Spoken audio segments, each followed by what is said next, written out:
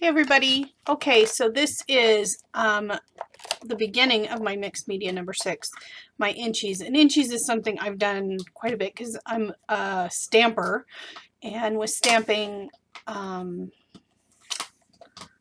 is just kind of a natural. I even have stamps that are designed for inchies, called inchy stamps, which I did use in this.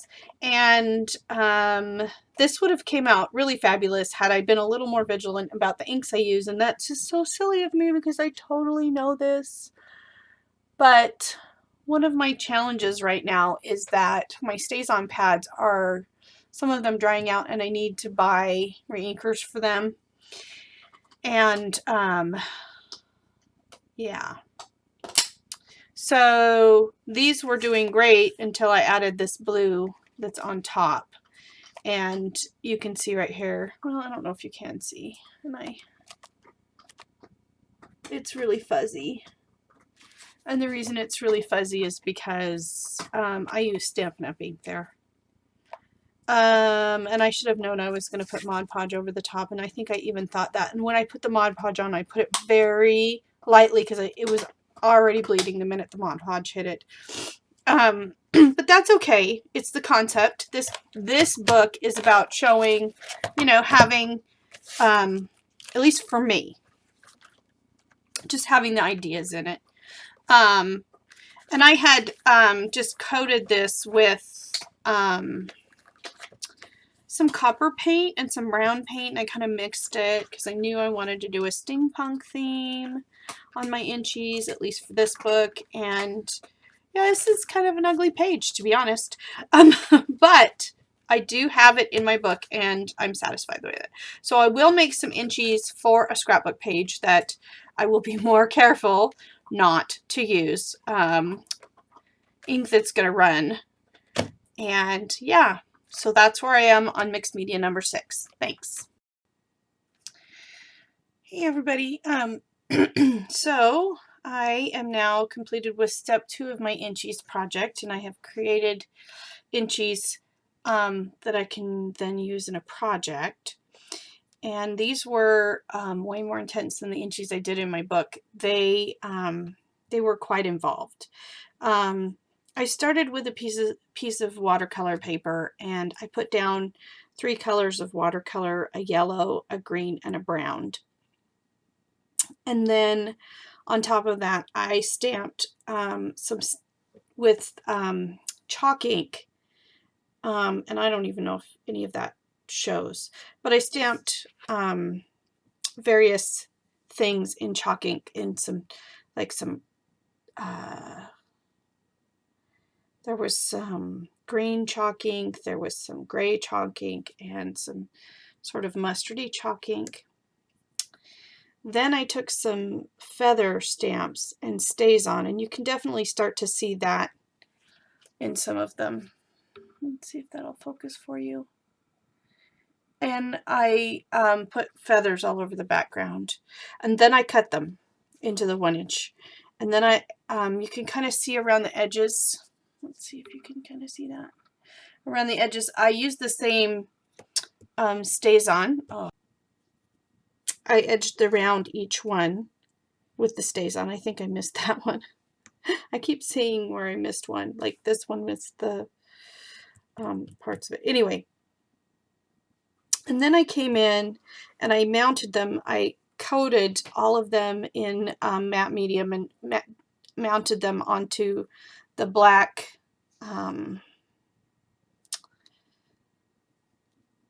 chipboard background and let them dry. Then I came in with these little bird stamps that I had, and in this case there's a little bee stamp, and I stamped and embossed them in gold embossing powder. And then all but the bee, I came in with acrylic paint, and I painted the little birds because I wanted the little birds to show up.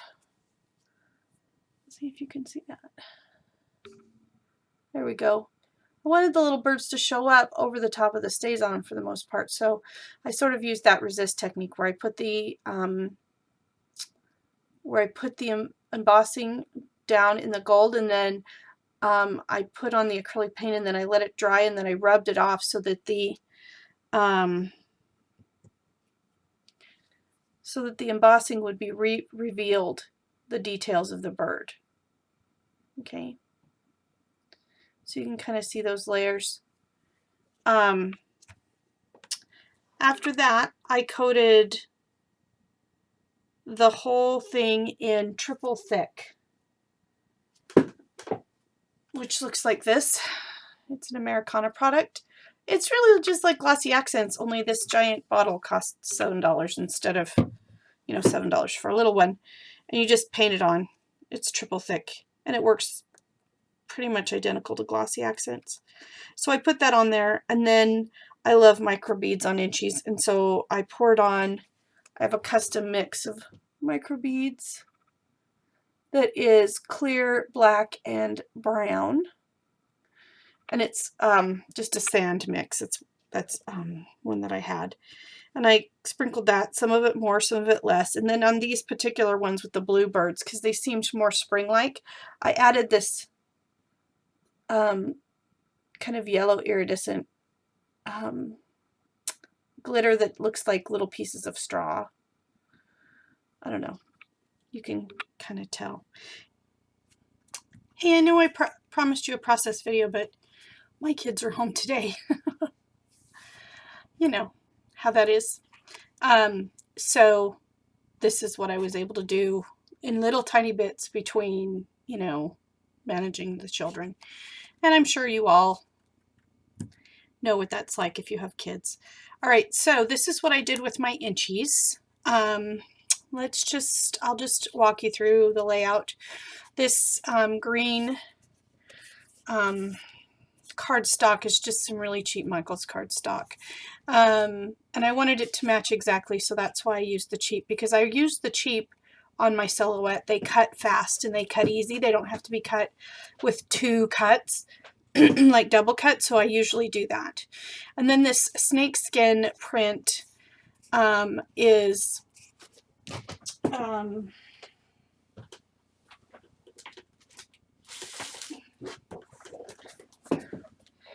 this Land of the Sahara, and it's paper studio, and you know, it's just cheap thin paper studio paper.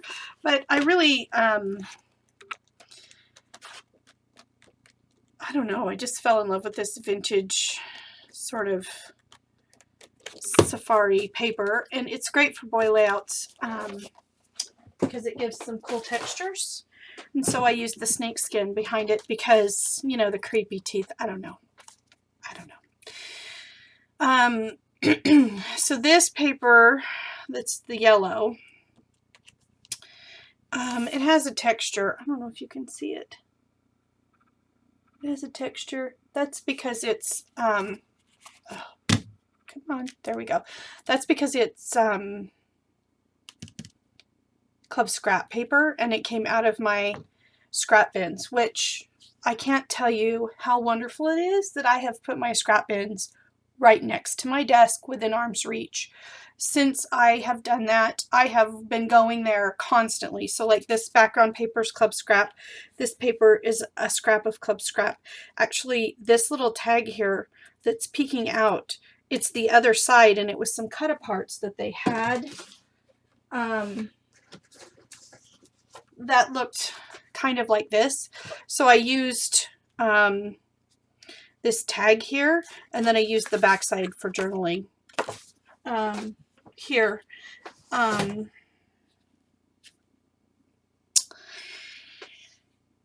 you can see maybe right here the chicken wire stencil.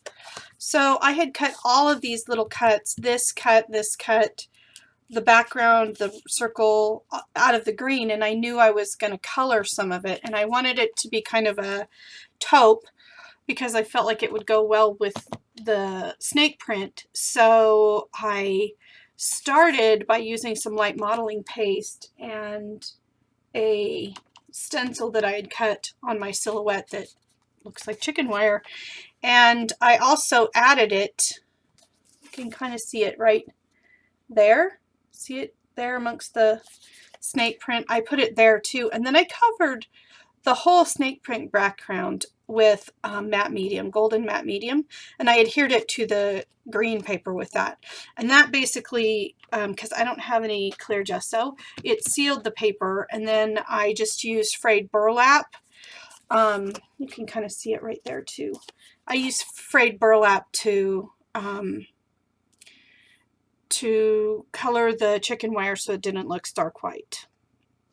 And I used the chicken wire stencil on this one and this one, and also on the background. All, like this whole section has it. Come on, camera. Anyway, and let's see, what else did I do? This was a bright yellow, and I rubbed frayed burlap on it, and I just put circles of that around here to kind of bring the yellow from here to here to here, so it makes that whole movement thing. And then there's my inchies, and I used the little bees. I put smile, laugh, and giggle on a tag there, and I like that it overlaps. I kind of wanted it to be that way. And scary teeth. And this fiber, this is actually like paper fiber. I have had it from Club Scrap for years. Like this came in a country and western kit a long time ago. So I just tied it on there, and then I unwound it because I wanted that extra texture. So I put it here. So there it is. This is the project that I used my inchies on, and I really like this layout. I really, really do. This is just a thicker. I wanted something right there to put on top of those little tags. These are just some bling I had in my stash. So really all of this is all a stash dive, every bit of it.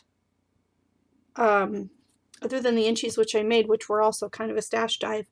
None of this is new paper. This paper I've had here, this snake paper is probably the newest of the whole thing, and I've had it for 1.5 years or 2 years. So anyway, excuse me, we feel good about stash dives, right? Everybody should. And this is the layout that I use my inchies on. I'll give you a nice close-up all the way down. Love those inchies here. I think they add a really cool touch. Love this die cut. And these scary teeth face. I know it's a pumpkin face actually that I created that with, and a sort of a tag. I don't know. I kind of modified a few cuts and put that together. So there it is. There's my inchie layout. Thanks, and have a great day.